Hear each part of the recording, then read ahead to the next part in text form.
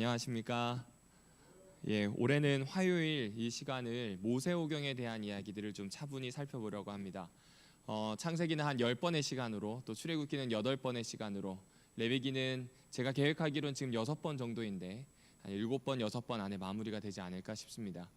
전년도에 말씀드렸던 것처럼 모세오경을 살피는 게 성경을 이해하는 데 굉장히 중요한 부분들이 있어서 이것을 좀 하나하나씩 해보려고 합니다. 그리고 특별히 2023년 지금 달력을 받아보셔서 알지만 달력의 성경 본문이 이 각 날짜의 제일 윗칸에 있습니다. 공교롭게도 창세기로 시작합니다. 그래서 이 창세기에 대한 내용을 매 화요일마다 살펴보고 기도의 제목으로 삼고 또 신앙하시고 성경을 읽어 나가시는 데 도움이 될 수 있도록 최선을 다해서 좀 준비해 보도록 하겠습니다. 자, 제가 오늘 선물을 하나 가져왔습니다. 이건 제가 마치고 드리겠습니다. 신간인데요. 다니엘, 요한계시록 360가지 직문직답이라고 되어 있습니다. 읽어보니까 내용이 썩 괜찮습니다. 자, 그러면 퀴즈 나가겠습니다. 근사치로 말씀해 주셔도 맞힌 걸로 해드릴게요. 성경은 총 66권 맞죠? 자, 그러면 창세기 1장 1절부터 시작해서 계시록 마지막 장 마지막 절까지 총 몇 절인지 혹시 알고 계십니까?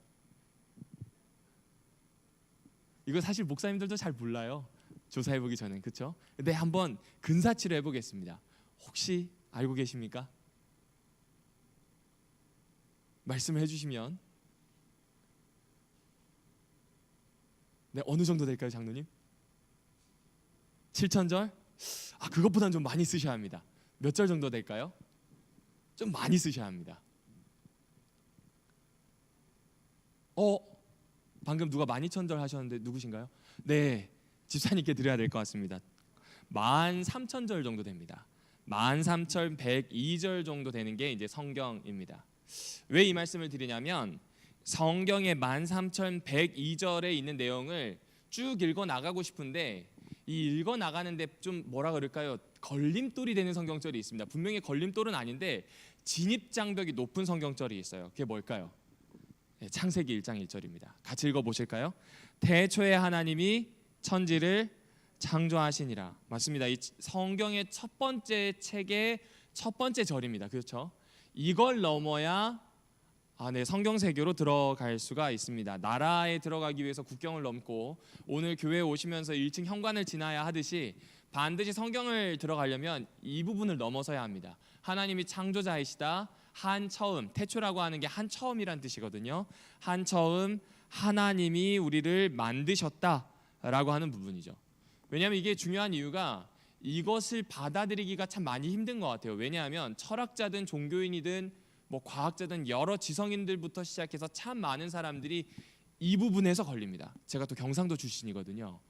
경상도에서 성경 가르칠 때 제일 힘든 건 안식일도 아니고 조사심판도 아니에요. 여기에요. 그러니까 도대체 어떻게 세상의 시작을 하나님으로 이야기할 수 있는지에 대해서 이 도통 이해가 되지 않는다는 겁니다. 그런 이야기를 참 많이 들었던 기억이 납니다. 그리고 잘 생각해 보시면 세상의 시작에 대해서 이해하려는 사람들의 노력이 참 많았던 것 같아요. 예를 들어 우리나라는 건국신화이기도 하지만 이 건국신화가 사실 이 땅의 역사가 시작되는 것으로 보아 단군신화라고 하는 내용이 있죠. 거기에서도 보면 환웅이 나오기도 하고 곰부족 나오기도 하고 다양한 이야기가 나옵니다. 그리고 중국에 가면은 황하간 유역에 있는 이 신화가 있죠. 거기에 보면 여화라고 하는 여자가 누워있는 모양이다라고 하는 뜻의 여화신이 있고 그 여화신이 세상을 만들려고 하는 장면이 나오고 만든 세상을 다시 엎어버리려고 할 때 누아라고 하는 사람이 나타나고 이제 거기서 음과 양을 뜻하는 보키시와 이렇게 막 나타나면서 쭉 이들이 가지고 있는 사상에 따라서 흘러가게 됩니다. 인도는 어떻습니까? 인도는 신이 셋이나 됩니다.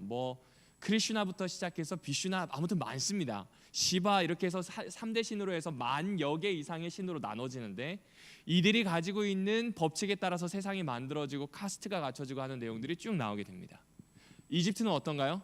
이집트 같은 경우에도 나일강에서 시작되는 여러 신들, 특별히 누트라든지 아니면은 아피스 하도르 소의 신이기도 하거든요. 이런 신들을 통해서 만들어지고 오시리스 다양한 신들이 나옵니다. 메소포타미아도 마찬가지입니다. 다양한 신화들이 나옵니다. 왜 이렇게 쭉 읊어드리냐면 세계가 어떻게 시작하는지에 대한 이야기를 스스로 해결하려고 사람들이 참 많은 신화를 만들었어요. 노력을 참 많이 했습니다. 그럼에도 불구하고 해결이 되지 않는 것 같아요. 그리고 그 신화들이 가지고 있는 공통적인 특징이 있는데 싸워요. 신들끼리 싸우고 신들의 시체에서 세상이 시작이 돼요. 그런 이야기들이 참 많습니다. 그러니까 투쟁도 있어야 되고 전쟁도 있어야 되고 그런 세계관으로 그대로 사람을 보면 만인에 대한 만인의 투쟁 상태라고 표현을 하죠. 계속 누군가와 싸우고 이기고 살아남아야 하는 이야기들이 창조라고 하는 이야기, 그들의 창조라고 하는 설화 안에서 나오게 되는 겁니다. 그런데 성경은 좀 그것과 다르게 가르칩니다. 성경은 그것과 좀 다르게 가르칩니다. 태초에 누가 계시냐면 하나님이 계시다라는 이야기로 시작을 합니다. 그런데 이렇게 하나님이 계시다라고 하는 이야기로 시작을 할 때 재밌는 부분이 있어요. 모태신앙인들이거나 신앙을 오래 하신 분들은 이게 자연스러워요. 그렇죠? 자연스러운데 신앙을 처음 시작하는 분들에게는 아까 말씀드렸던 것처럼 굉장히 문턱이 높습니다. 이게 해결이 잘 안 됩니다. 그럼 도대체 이렇게 이 문턱을 높은 기록을 써가지고 사람들을 믿도록 만드는 하나님이 정말 옳은 하나님인가? 그리고 정말 그렇게 문턱이 높았어야 했는가? 뭐 이런 질문들이 있잖아요. 오늘 그 질문들을 좀 하나씩 좀 해결해 보려고 합니다. 일단 하나님이 천지를 창조했다는 것에 대해서는 한 크게 두 가지 의미가 있는 것 같아요. 이 우주는요 원래부터 존재했다는 건가요? 아니면 존재하지 않았던 건가요? 존재하지 않았어요. 창조주가 계시고 창조주 때문에 우주가 생겼다는 겁니다. 이 말은 뭐냐면 우주가 시작되었던 시점이 있다, 이 이야기가 될 겁니다. 그 다음에 두 번째는요, 이 우주를 만든 주인공이 있어요. 누구일까요? 창조주이신 하나님입니다. 그러니까 우주는 저절로 존재할 수가 없다라고 하는 겁니다. 더 중요한 게 있습니다. 여러분, 우리가 가지고 있는 지성으로 우주를 다 이해할 수 있나요? 아니죠. 아직 우리가 빛의 속도를 연구하고 있습니다. 빛의 속도를 극복하지 못했어요. 그렇죠? 그 빛의 속도만 해결한다고 괜찮을까요? 아니요, 그렇지 않습니다. 태양계의 지구라고 하는 행성에서 태양계 끝까지 가는데 빛의 속도로 가게 되면 한 반나절 하루 정도 걸린다고 합니다. 그런데 이걸 기차로 가게 되면 1000년이 넘게 걸려요. 그러니까 엄청난 이 격차와 엄청난 크기가 태양계 안에 있는데 태양계로 끝나지 않고 더 넓은 우주로 나가게 되고 더 넓은 이 세상 그 우주 속으로 들어가게 되면 측량할 수가 없습니다. 그렇다면 우주를 만든 존재는 이 측량할 수 없는 우주보다 훨씬 커야 할 겁니다. 그러면 만약 그 존재가 있다면 지혜라든지 능력이라는 게 우리의 측정으로 이게 측정이 돼야 됩니까? 아니면 측정이 되지 말아야 되는 겁니까? 측정이 되지 말아야 되죠. 우리가 가지고 있는 유한함이 그분이 가지고 있는 무한함을 절대로 이겨낼 수가 없다는 이야기를 하고 있는 겁니다. 이게 굉장히 중요한 겁니다. 다른 창조 설화에서는 투쟁이 있고 투쟁이 끝난 다음에 신들의 시체에서 세상이 생겨나는 그런 이야기들이 막 있는데 창조의 이야기, 특별히 창세기에 나오는 창조 이야기의 특징은 하나님과 우리 사이의 격차가 엄청나다는 겁니다. 이게 굉장히 중요한 부분입니다. 왜냐하면 성경을 읽고 이해하는 이 해석하는 과정 있죠? 굉장히 중요한 전제가 되기 때문에 그렇습니다. 아무리 성경을 연구해도 우리는 하나님을 알 수 있다 없다? 다는 알 수 없다는 겁니다. 이건 마치 뭐와 같냐면요, 굉장히 유명한 전 세계적인 천문학자가 유치원의 일일 교사로 가서 우주에 대해서 설명하는 것과 똑같은 겁니다. 그러니까 마치 하나님이 천문학자처럼 유치원생들에게 가서 어떻게 창조가 시작됐는지를 일일 교사가 되어서 알려주는 부분이 뭔가 창세기에 나오는 창조에 대한 부분이라는 겁니다. 그러면 아마 그 천문학자는 이런 이야기를 할까요? 시베리우스 성이 어디 있고 거기에서 성운이 어떻게, 이런 이야기를 할까요? 아니면 반짝반짝 작은 별 노래부터 불러볼까라는 이야기를 시작을 할까요? 반짝반짝 작은 별 이야기부터 시작을 할 겁니다. 그러니까 하나님과 우리 사이에 굉장한 격차가 있으니 우리는 평생 동안 이 기록들을 읽으면서 하나님을 알아간다는 겁니다. 그러니까 결론적으로 이야기하면 하나님을 매번 알아가고 하나님의 말씀 앞에서 매번 겸손해지도록 만드는 구절이 어떤 구절인가? 창세기 1장 1절에 해당합니다. 특별히 창조자에 대해서 기독교는 하나님이라고 부릅니다. 자, 그런데 우리가 부딪히는 질문들이 있어요. 이 질문이 이겁니다. 여러분, 이런 거 생각해 보셨나요? 첫째 날, 둘째 날, 셋째 날에 해가 있나요, 없나요? 있어요, 없어요? 그러니까 해는 언제 만들어졌어요? 기록대로라면 네 번째 날입니다. 그렇죠? 해 있어요, 없어요? 없습니다. 자, 그러면 도대체 하루는 어떻게 세워야 될까요? 해의 움직임을 가지고 하루를 우리가 계산하잖아요. 해가 없는데 도대체 하루를 어떻게 해야 할까요? 두 번째입니다. 과학적 순서대로라면요, 해달이 있어야 되고 그 다음에 식물이 있어야 돼요. 식물이 씨에서 움이 나오고 움이 나와서 생장하기 위해서는 반드시 태양 에너지가 필요한데, 창조의 기록을 보게 되면 세 번째 날에 식물이 만들어지고 네 번째 날에 해달 별이 만들어집니다. 이거 말이 될까요? 안 될까요? 과학적으로 말이 되지 않습니다. 그렇죠? 그리고 한 가지 더 있습니다. 오랜 시간 동안 지구가 창조되었다라고 믿는 사람들이 있습니다. 이건 우리가 다음 두 번째 시간에 과학과 관련된 이야기를 한번 할 때 말씀드리겠습니다. 그 사람들의 입장이라면 꽤 긴 시간 동안 해 없이 식물이 버틴다? 불가능한 이야기겠죠. 하나 더 있습니다. 여러분, 궁창 위에 물층이 있나요? 지금 우리가 알고 있는 이 대기권 위에 물층이 있습니까? 없죠. 근데 성경에는 있다네요. 그럼 성경이 틀린 걸까요? 어떻게 해야 될까요? 이걸 과학적으로 밝혀야 될까요? 어떻게 해야 될까요? 이 질문들이 우리에게 위협적으로 느껴지는 이유는 다른 게 아니에요. 다른 게 아니라 창세기에서 분명히 우리 하나님이 우리를 창조하셨다는 사실이 기록되어 있는데 그 근거를 흔드는 것처럼 보이기 때문에 이 질문들이 쉽지 않습니다. 그런데 이런 질문들을 제일 처음 한 사람이 있습니다. 기록에 따르면 2세기의 교회 지도자입니다. 신학자이기도 합니다. 오리게네스라고 하는 사람입니다. 삼위일체에 대한 이야기의 기초를 놓은 사람이에요. 이 사람이 이렇게 얘기했습니다. 제가 읽어드릴게요. 나는 묻고 싶다. 해도 없고 달도 없고 별도 없이, 심지어 첫째 날의 경우는 하늘도 없이 저녁과 아침까지 언급되는 첫째 날, 둘째 날, 셋째 날이 존재했다는 이야기가 어떤 총명한 사람에게 논리적으로 일관되게 보일까? 그렇죠? 그 과거에서도 이 이야기가 나옵니다. 그러니까 창세기 1장 1절 하나님이 천지를 창조하셨다는 게 꽤 높은 진입장벽이 되는 것은 그 당시, 그리고 오늘날도 마찬가지입니다. 오늘날 우리가 가지고 있는 상식에 비추어 볼 때 이 창조의 기록은 전혀 상식적인 기록이 아닌 것처럼 보이기 때문에 그렇다는 겁니다. 이걸 어떻게 해결해야 될까요?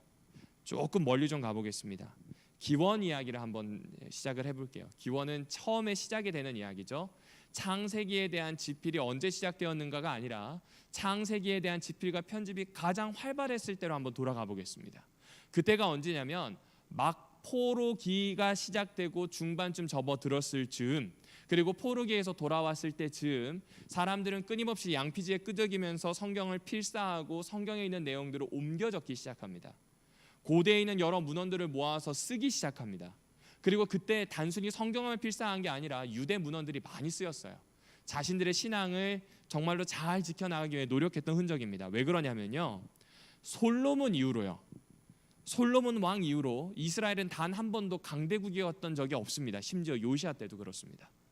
역사를 보게 되면 철저하게 짓밟히는 역사를 가지고 있는 게 유대 민족들입니다. 그리고 더 중요한 건 포로기가 시작되면서 성전, 다른 나라로 하면 신전이죠. 그리고 왕, 그리고 넓은 영토가 사라져 버렸습니다. 이게 없다는 건요, 신도 없다는 거고 나라도 없다는 거고 이제부터 그냥 추방된 사람이란 뜻이에요. 더 이상 신의 보호를 받지 못하는 사람들입니다. 하나 더 있습니다. 만약 그렇게 된다면 하나님이 우리의 신이라고 하는 개념 자체가 완전히 흔들리게 됩니다.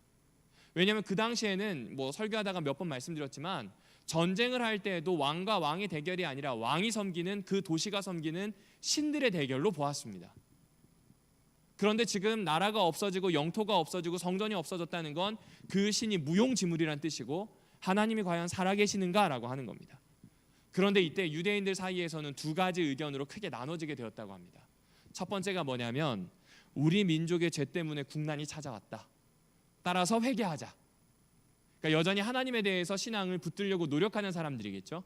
이런 사람들이 있었고요. 다른 하나는 뭐냐면 하나님께서 이스라엘을 완전히 버리셨다. 그래서 우리를 그 땅에서, 약속한 땅에서 추방시키셨고 절대로 회복할 수 없다. 이 이야기가 나오게 됩니다. 자, 그럼 이런 이야기를 듣게 될 때 가장 고민하는 사람들은 누군가? 지도자들입니다. 그 지도자들 중에 제사장들이 있습니다. 제사장들은요, 성전이 있어야 하고요, 제단이 있어야 해요. 성전이 있어야 거기에서 사람들에게 하나님의 임재를 이야기할 수 있고요, 제단이 있어야 희생 제사를 통해서 하나님이 무슨 일을 하는지 알려줄 수가 있는데 이게 하나도 없는 거예요. 난감합니다. 교육에 대해서도 난감하고 앞으로 이런 식으로 가면 하나님에 대해서 완전히 잊어버리게 됩니다. 그리고 그 다음이 부모들입니다. 여러분, 부모들이 얼마나 안타까워했을까요? 이 사람들이 살고 있던 곳은 바벨로니아 수도에서도 좀 멀리 떨어져 있는 곳입니다. 과거에는 바벨로니아라고 하는 이 수도가 있으면 그 수도의 신전 중심으로 중심지, 행정적인 중심지와 경제적인 중심지가 형성이 되었다고 그래요. 그런데 이스라엘 사람들은 이방의 신을 섬기나요? 섬기지 않나요? 안 섬겨요. 그럼 멀리 살고 있겠죠? 늘 변두리에 있습니다. 부모들이야 신앙을 그렇게 지키는데 자녀들은 그렇게 신앙을 지킬 수 있을까요? 막강한 바벨론의 부와 정말로 호화스러운 문화와 여러 가지로 덮쳐오는 교육에 대한 이야기들을 들을 때마다 부모들은 고민이 많았을 겁니다. 도대체 이교의 종교와 이교의 문화에 혼합되지 않고 하나님을 어떻게 섬길 수 있을까? 그리고 더 중요한 건 어른들 중에서도 우리는 완전히 끝났다라고 이야기하는 저 사람들의 이야기를 도대체 어떻게 받아들여야 하는 거냐? 이 부분입니다. 이게 오늘날의 모습과 좀 비슷하지 않나요? 기독교가 점점 변두리로 밀려나게 되었어요. 심지어 우리나라는 기독교가 중심이 아닐 때도 기독교가 중심인 것처럼 되었습니다. 이승만 대통령이 한창 그 정권을 잡고 있을 때에 기독교 명절이었던 성탄절이 들어오게 돼요. 말도 안 되는 일입니다. 그 당시 기독교 인구가 2%밖에 되지 않아요. 그 이후로 1980년, 90년대까지 기독교는 계속 성장해 왔습니다. 그러나 그 이후로 지금 여전히 쇠락해 가고 있습니다. 우리가 한 잘못들도 있지만 여러 가지 이유로 밀려나고 있습니다. 밀려나고 있는 가운데 여기 앉아 계시는 우리 부모님 세대들, 지도자들은 고민을 해요. 도대체 어떻게 하여야 여호와 하나님에 대한 신앙을 지켜낼 수 있겠는가? 우리가 가지고 있는 이 신앙을 어떻게 전수할 수 있겠는가 고민하고 있다는 겁니다. 그러한 고민이 한창 되었던 모양입니다. 시편 137편 1에서 6절은 그 고민을 잘 드러내고 있습니다. 우리가 바벨론 강변의 곳곳에 앉아서 시온을 생각하며 울었다. 그 강변 버드나무 가지에 우리가 수금을 걸어 두었더니 우리를 사로잡아 온 자들이 거기에서 우리에게 노래를 청하고 우리를 짓밟아 끌고 온 자들이 저희들 흥을 돋워 주기를 요구하며. 그 다음 4절입니다. 우리가 어찌 이방 땅에서 주님의 노래를 부를 수 있으랴. 예루살렘아, 내가 너를 잊었다면 내 오른손아 너는 말라 비틀어져 버려라. 여기에 나오는 표현들이 절대로 신앙을 놓치지 않고 여호와 하나님을 붙잡고 살고 싶어하는 사람들의 마음이 나와요. 다시 말씀드리지만 이때 성경에 대한 필사와 편집과 집필이 정말 활발하게 이루어지게 됩니다. 이때 활약한 사람들이 바로 서기관들입니다. 서기관들의 활약을 딱 하나의 단어로 얘기하면 따라해 보실까요? 재고. 그렇죠. 다시 생각하는 겁니다. 다시 생각한다는 거는 그냥 생각 한번 다시 하자가 아니라 과거에 있었던 문헌들부터 과거에 있었던 구전되었던 모든 것들을 긁어 모을 수 있는 데까지 다 긁어 모아서 하나하나 정돈하고 씨름합니다. 그리고 거기에서 자신들의 고찰을 붙였겠죠. 어떻게 할 수 있냐고요? 시편이 원래 150편인 적도 있지만 111편이었던 때도 있고요. 그리고 이 시기만 하더라도 시편이 151편이었던 때도 있었습니다. 그러니까 그 시절에 고민하면서 때로는 이 시편을 때로는 다른 시편을 계속 고민했던 모양입니다. 성경에 있는 내용들도 마찬가지입니다. 어디까지 어떤 부분을 어떻게 사용할지에 대해서 끊임없이 고민하며 이들은 연구하고 또 연구하였습니다. 그리고 그들은 드디어 사람들에게 이야기를 할 준비를 마치게 됩니다. 그 이야기는 노래로서 전할 수 있고요. 전통에 대한 설명이기도 하고요. 율법이기도 하고요. 여호와 하나님의 약속이기도 합니다. 특별히 그 모든 것을 담고 있는 책이 어떤 책인가? 모세오경 중에서도 창세기입니다. 그 창세기에 나오는 하나님의 창조 이야기부터 야곱의 가족에 이르는 그 이야기를 쭉 풀어내게 되면서 사람들에게 우리 하나님이 어떤 분인지, 우리가 민족적인 정체성을 잃어가고 어려워할 때 어떤 삶을 살아야 할지를 알려주었던 겁니다. 마치 천문학자가 반짝반짝 작은 별이라고 이야기하면서 유치원생들에게 일일 교사로 우주를 알려주는 그 모습처럼 어쩌면 하나님께서는 서기관들을 준비하셔서 서기관들을 통해 하나님의 이야기로 이들을 준비시키기 시작하는 겁니다. 그거는 오늘날도 마찬가지입니다. 왜 그러냐면 창세기가 오늘날 우리나라 말로 번역되어서 우리 앞에 있기 때문에 그렇습니다. 그 이야기 안에는 사실이기도 하고 신화의 경계를 넘어듣는 이야기도 있을 겁니다. 향수를 자극하는 이야기도 있을 것이고 경각심을 촉구하는 이야기들도 있었을 것입니다. 그러나 여기서 주의해야 될 것은 우리가 가지고 있는 과학적인 시선으로 이걸 읽을 수 없다는 겁니다. 왜냐하면 지금처럼 이야기하는 최첨단 과학이나 진화론과 창조론에 대한 이야기나 아니면 과학적인 데이터가 아니라 창세기는 그 당시 그 사람들이 이해할 수 있는 가장 적절한 언어와 방법으로 쓰여졌기 때문에 그렇습니다. 그래서 읽어낼 때 1차 독자들의 관심을 잘 보아야 합니다. 이것이 제일 처음 쓰여질 때 해방된 이스라엘 백성들에게 모세가 기록하였던 것처럼, 그리고 후에 이스라엘 백성이 포로기에 회복되어서 하나님의 백성으로 세워져 가기를 바랬던 서기관들의 마음처럼 1차 독자를 염두에 둔 그 상황을 두고 읽어야 될 것 같습니다. 억압받고 뿔뿔이 흩어진 유대인들, 그들을 아직도 하나님이 사랑하고 계시는가? 노예로 붙잡혔다가 완전히 하나님을 다 잊어버렸는데 하나님께서 여전히 사랑하시고 그 사랑을 우리가 믿을만하고 신뢰할 만한지에 대한 이야기를 이 사람들의 마음속에 품고 있을 때입니다. 이때 창세기를 통해서 하나하나 설명해주고 있는 것입니다. 다음 시간에 좀 더 살펴보겠지만 이게 그 당시 고대 사람들이 가지고 있었던 세계관이랍니다. 땅은 네 기둥 위에 세워집니다. 그 네 기둥 사이에는 스올이라고 하는 죽은 사람이 가면 가는 땅 밑에 세상이 있고요. 그리고 그 땅과 함께 바다가 존재하고 산이 존재합니다. 그리고 지금 이렇게 보면 하늘이 보이죠? 하늘에 대한 모양을 반구 형태, 그래서 궁창이라고 부릅니다. 활궁자를 쓰는 겁니다. 레인보우라고 했을 때 하나님의 이 홍수 사건에 대한 마무리를 굳이 레인보우라고 표현한 것은 하나님의 공격하시는 활을 하늘에 걸어놨다라고 하는 그림 언어에 대한 표현도 있는 겁니다. 어쨌든 그 궁창이 있고요. 그 궁창에는 각각의 문들이 있는데 이 궁창이 중요한 이유는 이 문들을 통해서 하늘로부터 쏟아지는 물들을 막고 있기 때문에 중요합니다. 옛날 사람들은 우리와 같은 과학적인 이해가 없어요. 공기의 대류라든지 물의 대류를 몰라요. 그래서 물은 궁창 위에 있고 그 궁창 위에 있는 물들이 비가 되어 떨어진다라고 생각했습니다. 하늘이 있고요. 하늘 위에 하나님이 계시는 하늘이 있고요. 그 하늘을 통과하는 곳이 있다고 고대 유대인들은 믿었던 겁니다. 만약 그런 시점으로 보자면 왜 궁창이 없는지 설명이 되는 겁니다. 고대인들의 관점에서는 하늘에 당연히 물이 있어야 되는 거예요. 비가 내리니까. 비가 너무 많이 내려서 홍수가 내린다는 건 하늘의 창들이 열린 겁니다. 노아 홍수와 길가메시의 서사시가 너무나 닮아 있습니다. 아카디아인들이 만들었던 그 서사시와 노아 홍수가 너무나 많이 닮아 있습니다.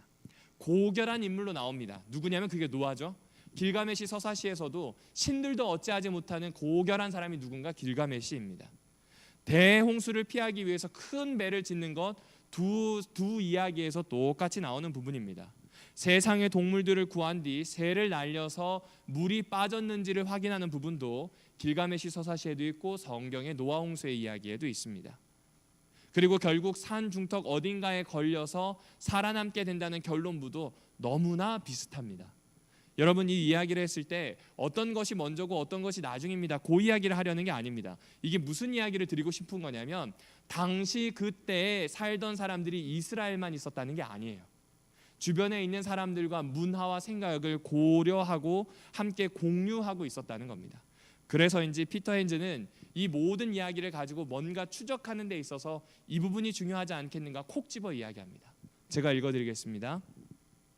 창세기는 근대적 세계관이 요구하는 물음, 예를 들어 7일 만에 세상을 창조했다는 것을 문자적으로 해석할지 아니면 비유로 봐야 할지, 창조설화를 현대 과학과 나란히 세워놓고 단순 비교하는 게 가능한지, 그리고 홍수가 지엽적인지 아니면 전 지구였든지 이와 같은 질문에 답할 거라고 기대하는 것은 근본적으로 잘못된 생각이다.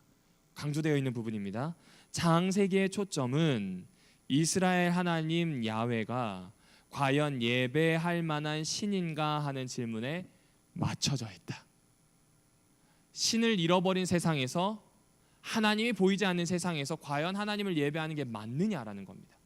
오늘날로 치자면 최첨단 기술로 여러 가지의 것들로 하나님이 지워져 버릴 수 있는 환경 안에 살고 있는데 여전히 우리가 예배드려야 될 이유가 있느냐라는 질문이겠죠. 부조화 선지자에선 이거에서 한 발짝 더 나아가서 이렇게 얘기합니다. 우주의 질서와 조화는 그들에게 하나님의 무한하신 지혜와 권능을 말하여 주었다. 그들은 항상 어떤 재미있는 것을 발견하였으며 그것은 그들의 마음을 창조주께 대한 더욱 깊은 사랑으로 충만케 하였으며 새로운 감사를 표현할 수 있겠다. 그분에 대한 사랑, 그분에 대한 감사, 곧 예배에 대한 문제입니다. 부조와 선지자 창조에 대한 부분 한글 페이지로 했을 때 55페이지에 나오는 내용입니다.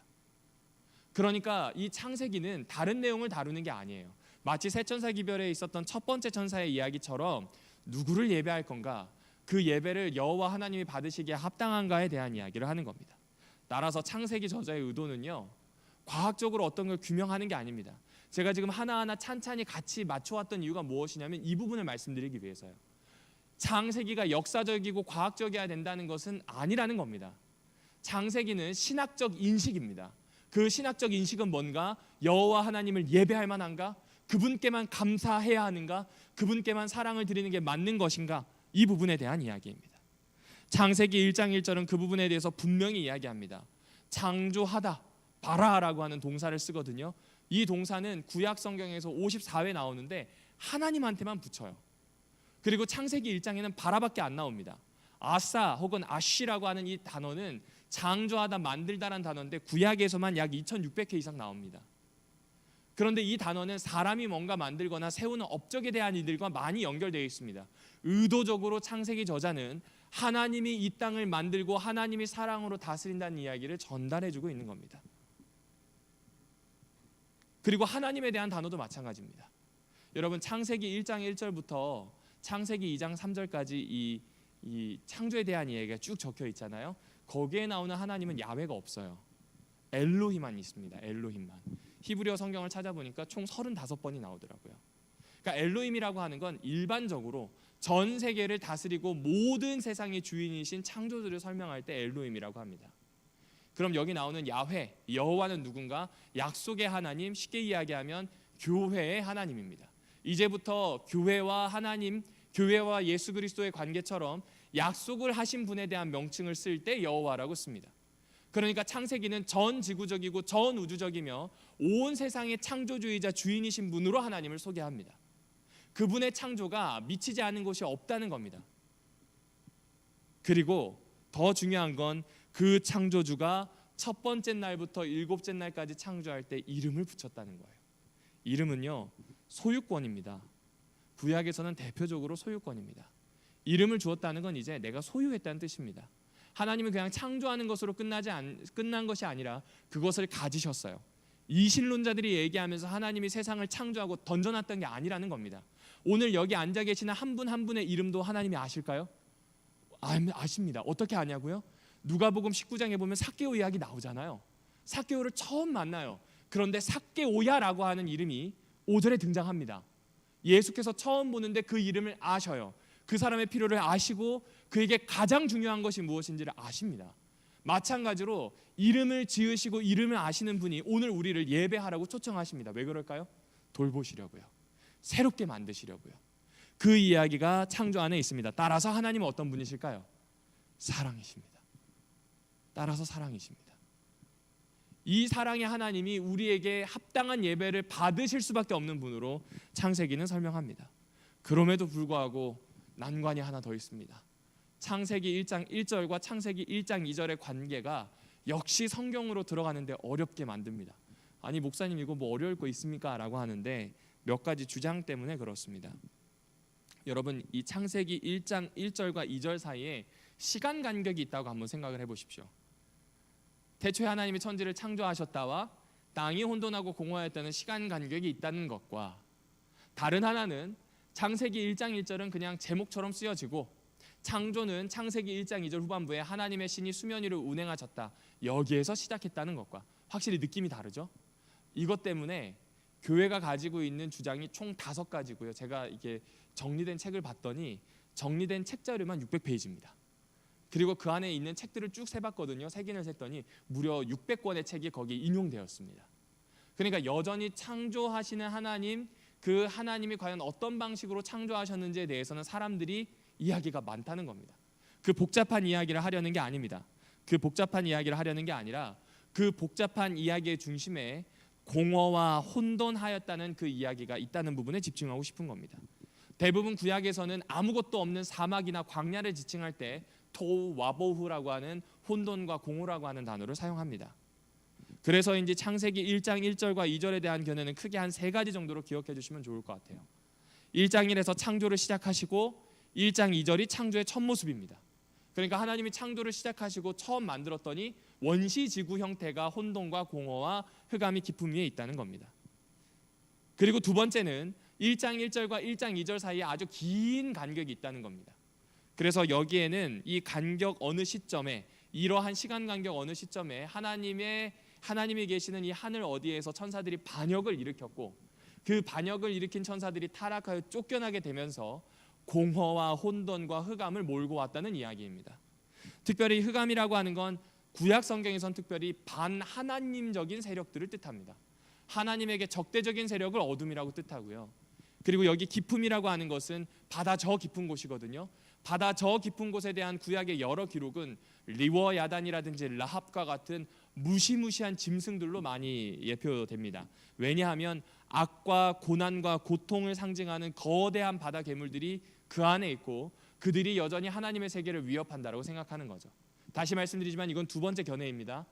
창조가 되는 1장 1절과 1장 2절 사이에 엄청난 간격이 있는데 천사들이 거기에 등장하고 타락하고 내려와서 이런 모양을 만들었다, 뭐 이런 이야기죠.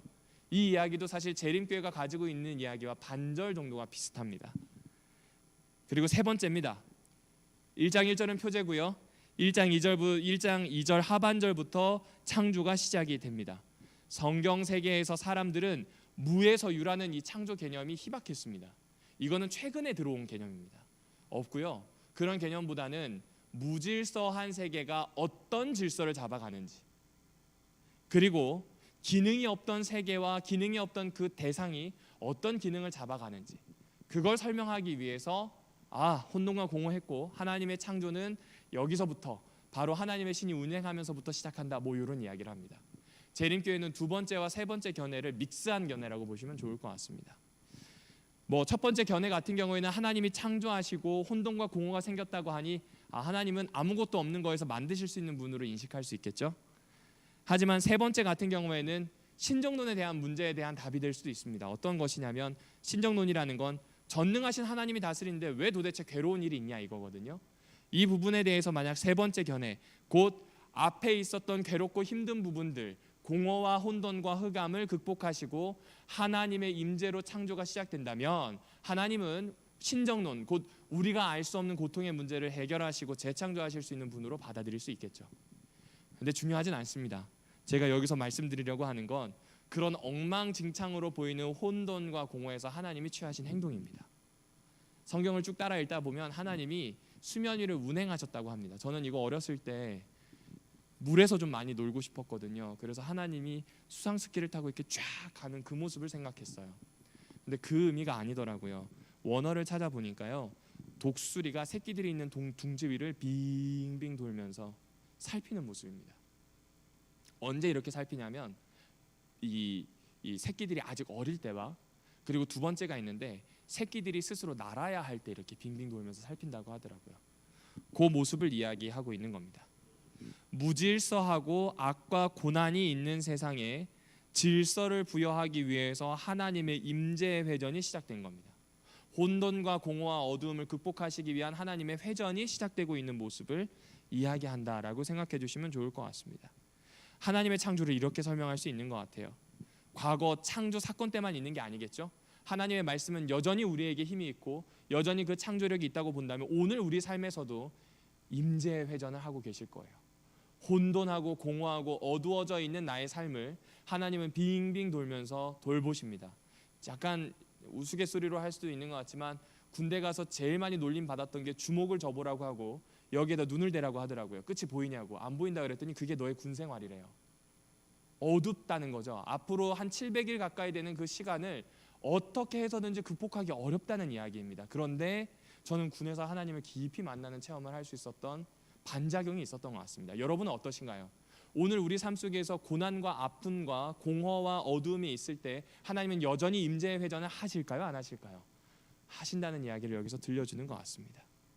그리고 창조는 이렇게 6일의 과정으로 이어지게 됩니다.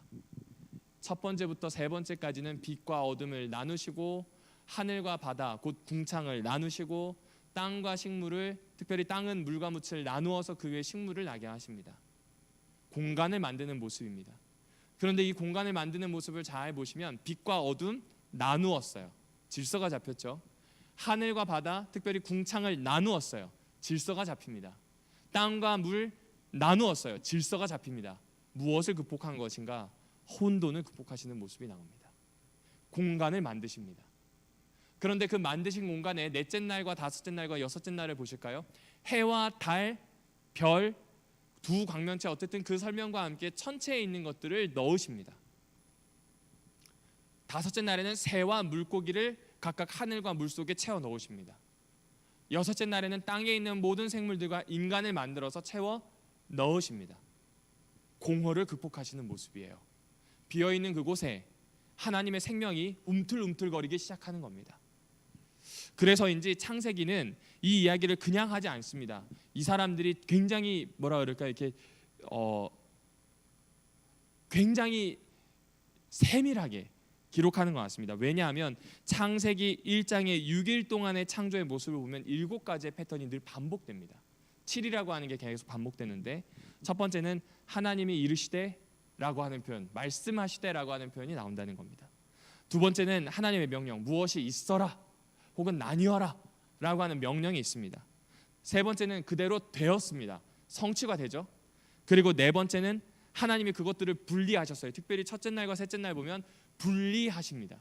그리고 그 이후에는 하늘, 땅, 바다 각각에 분리해서 넣으시는 모습으로 나오게 됩니다. 그리고 평가하고 감상하세요. 보시기에 좋았더라, 나중에는 보시기에 심히 좋았더라.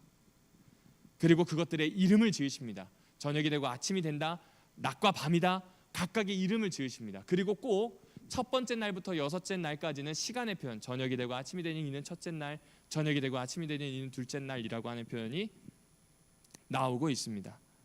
여러분, 이 이야기들을 통해서 지금 계속 앞으로 창세기에서 강조될 게 7에 대한 이야기인데, 조금 뒤에 좀 살펴보겠습니다. 이 이야기에서 여러분에게 강조하고 싶은 게 하나 있는데, 바로 넷째 날 창조에 대한 부분입니다. 지난 교과에도 잠깐 말씀드렸지만요, 넷째 날 창조가 무려 31계절 중에 6절을 차지합니다. 서론인 1, 2절을 제외하고 각각 한 3절, 많으면 4절밖에 안 되는 각각의 창조의 이야기가 넷째 날은 6절이라고 하는 꽤 많은 양을 이야기합니다. 왜 그러한가? 고대인들은 대부분 하늘에 있는 천체를 숭배했어요. 메소포타미아 사람들, 이집트 사람들, 팔레스타인 다 그랬습니다. 신적 존재인 별과 달과 해가 어떻게 움직이느냐에 따라서 인간사의 길흉화복이 결정된다고 믿었던 겁니다. 그런데 이런 세계관에 창세기 저자는 단호하게 이야기합니다. 별들은, 해는, 달은 신이 아니라는 겁니다. 여러분, 히브리어로 태양은 샤메시라고 하는 단어를 씁니다. 이 쉐메시라고 하는 단어를 쓰는데, 태양의 신을 히브리어로 하면 샤마시입니다. 달이라고 하는 단어는 알레야흐라고 표현합니다. 달의 신이 야리흐입니다. 혹은 야르흐라고 부릅니다. 비슷하죠?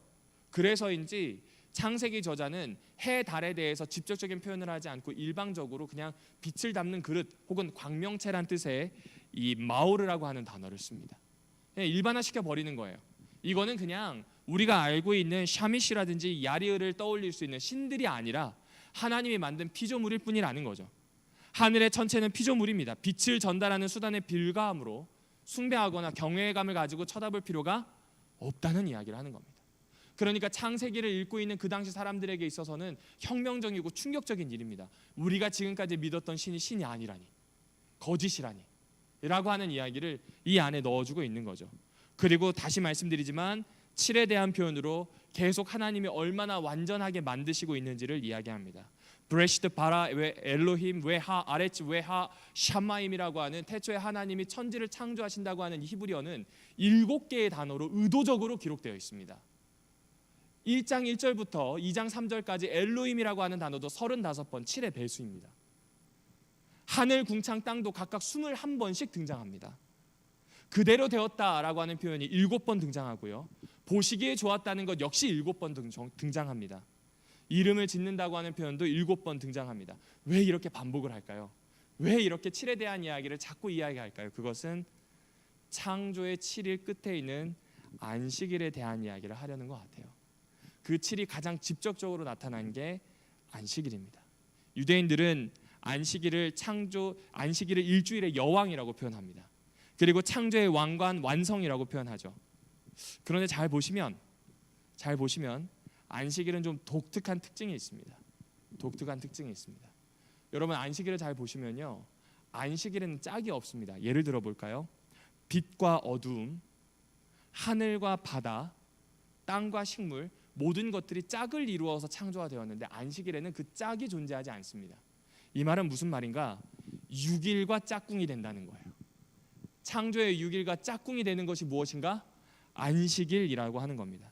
그러니까 굳이 표현을 하자면 신랑인 안식일이 신부인 6일을 맞아들인다고 볼 수도 있을 것 같습니다. 그런데 안식일엔 더 중요한 게 6일 창조에 있었던 시간 표현 있잖아요. 패턴에 나왔던 이 시간 표현이 없습니다. 밤이 없어요. 왜 밤이 없을까요? 6일까지는 계속 저녁과 아침이 반복되는데 이때만은 밤이 존재하지 않습니다. 그것은 아마 그런 내용 아닐까요? 낮과 밤의 흐름을 따라서 창조가 되어지고 완성되어가는 모습으로 만드시는 하나님을 소개했습니다. 그런데 일곱째 날은 그 모든 것이 완성되었으니 더 이상 밤을 표현할 필요가 없습니다. 어쩌면 그래서인지 인류 역사도 끝없이 밤과 낮을 반복하는데 그 밤과 낮을 반복하는 마지막 역사, 인류 역사의 쉼이라고 불릴 수 있는 새하늘과 새 땅의 역사에서는 역시 밤이 존재하지 않습니다. 그리고 세 번째입니다. 안식일은요, 시간의 복을 주셨습니다. 다시 말씀드리지만 시간의 복을 주었습니다. 6일까지는 공간을 만들었다, 공간의 사물을 혹은 동물을 대상을 채우셨다라는 표현이 나오고 그들에게 복을 주셨고 좋았다는 표현을 하십니다. 그런데 안식일에는 그런 공간에 대한 표현, 대상에 대한 표현이 하나도 있지 않습니다. 왜 그런가 하면 그 시간 안에 들어가는 모든 피조물은 축복을 받는다는 이야기입니다. 만약 하나님이 공간적으로 아시아만 축복한다면 유럽과 아메리카 대륙은 소외될 겁니다. 만약 하나님이 서울만 축복한다면 우리가 살고 있는 남양주를 비롯한 수없이 많은 지방 도시들은 소외될 겁니다. 하나님은 시간을 축복하셔서 그 24시간 안에 들어가고 그 24시간을 공유하는 이 지구상의 모든 존재들에게 복을 허락하셨다는 겁니다. 그럼에도 불구하고 인간의 역사는 공간을 정복하는 역사였습니다. 땅을 차지하고 물건을 채우는 역사로 좀 점철되었던 것 같습니다. 공간을 정복하기 위해서 시간을 다 소비, 때로는 허비하기까지 합니다. 이를 간파해낸 사람이 아브라함 조슈아 헷셀이라고 하는 유대인이에요. 그 사람이 한 이야기입니다. 안식일은 시간의 성소라고요. 그러니까 우리는 여기에서 분명히 해야 됩니다. 우리는 시간을 사는 사람들입니다. 공간을 채우면서 살아야 되는 건 어쩔 수 없는 생의 업이긴 하오나 우리에게 가장 중요한 것은 그 시간을 중심에 두고 살아야 한다는 겁니다. 조금 더 쉽게 얘기해 볼까요? 한국인들에게 있어서 가장 큰 꿈은 아마 저에게도 마찬가지겠지만 내 집 마련 아닐까요? 내 집 마련하기 위해서 정말 최선을 다하는데 그러다 보면 대부분 내 집 마련하신 분들이 50대, 60대가 되어서 곧 무덤으로 들어가십니다. 자기가 살만한 공간을 만들려고 일생이라고 하는 시간을 소비하게 됩니다. 다시 말씀드리지만 유대 기독교는 시간의 종교입니다. 다른 종교들은 공간의 종교일지 모릅니다. 공간을 거룩하게 하고 공간을 기념하는 일에 굉장히 집중했습니다. 그러나 기독교회는 시간의 종교입니다. 애석하게도 한국의 꽤 많은 교회들이 시간의 종교라는 사실을 망각하지 않는가. 멀리 갈 필요도 없이 오늘 나라고 하는 한 개인이 공간의 종교를 더 추구하고 있지 않았나라는 생각을 해보게 됩니다. 여러분, 우리는 시간을 향유하는 사람들, 시간을 기다리는 사람들, 시간을 제대로 소비할 줄 아는 사람들, 그 사람들이 바로 재림 교인입니다. 그리고 오늘의 마지막 화두입니다. 창조는 성전 건축에 대한 이야기입니다. 다음 시간에 조금 더 다루겠지만 한마디로 표현하면 중심부가 되는 지성소에 해당하는 에덴과 하나님이 만들어 놓으신 그 세상과 그 외곽 경계, 그리고 그렇게 만들어 놓은 원시 성전인 에덴을 통하여서 하나님이 어떤 방식으로 이 땅을 다스리는지를 설명해 주는 것이다라는 표현입니다. 고대 이스라엘이 살고 있던 그 당시에는 신들이 신전을 지을 때 6일 동안 건축하고 마지막 날 7일이 되었을 때는 신전 안에 들어가서 쉰다라고 하는 그 개념이 모두에게 일반적이었습니다. 아까 말씀드렸던 것처럼 유대인들도 이러한 개념들을 익숙하게 알고 있었어요. 하나님은 그 개념을 그대로 가지고 와서 이 유대인들에게, 모든 사람들에게 설명하는 겁니다. 나는 온 우주를 만들 뿐만 아니라 이 지구를 성전으로, 신전으로 삼았다. 이곳은 내가 다스린다. 내가 다스리고 나를 대신해서 다스릴 사람이 너희들이다 라고 하는 이야기를 창세기 안에 넣어놓고 있습니다. 왜 그렇게 하셨을까요? 하나님의 집을 창조하시고 하나님의 집 안에 사랑하는 그 피조물들을 가득 채우시고 그 피조물들과 사랑의 교제를 나누려고 하시는 것이 창조의 목적이기 때문에 그렇습니다. 아마 오늘 이야기가 좀 많이 큰 이야기인 것 같습니다. 지금까지 있었던 수없이 많은 이야기들 중에 갈무리하긴 했지만 오늘 우리가 고민해봐야 하는 외부에서 들어오는 질문들을 좀 맞추어서 좀 대답할 수 있도록 정리를 해보았습니다. 결론은 이거예요. 하나님은 집을 창조하셨고 하나님이 만드신 그 성전은 사랑하는 피조물을 가득 채우셨고 그 가득 채우신 성전 안에서, 신전 안에서 피조물들과 사랑의 교제를 나누면서 영원히 함께 하려고 하셨던 것이 창조의 계획, 이것을 잊지 않아 주셨으면 좋겠습니다. 우리는 그 시간을 바라는 사람들, 그 시간을 향해 가는 사람들, 이것이 바로 성경이 우리에게 던져주는 이야기입니다. 다시 유대인들에게로 돌아갈까요? 성전도 없고 왕도 없고 땅도 없습니다. 제사도 못 드리고요, 뭐 성전에 가도 드릴 헌물도 없고 뭐 할 수 있는 게 아무것도 없습니다. 포로일 뿐입니다. 노예일 뿐이에요. 그런데 시간의 주인이신 하나님을 만나게 됩니다. 시간을 성전으로 삼으신 하나님을 만나게 되면서 어디나 다스리시고 어디에나 계시며 전 우주의 창조자이신 하나님에 대한 신앙을 회복하게 됩니다. 그리고 그들은 그 원동력으로 다시금 하나님의 나라에 대한 비전을 꿈꾸게 되었다고 합니다.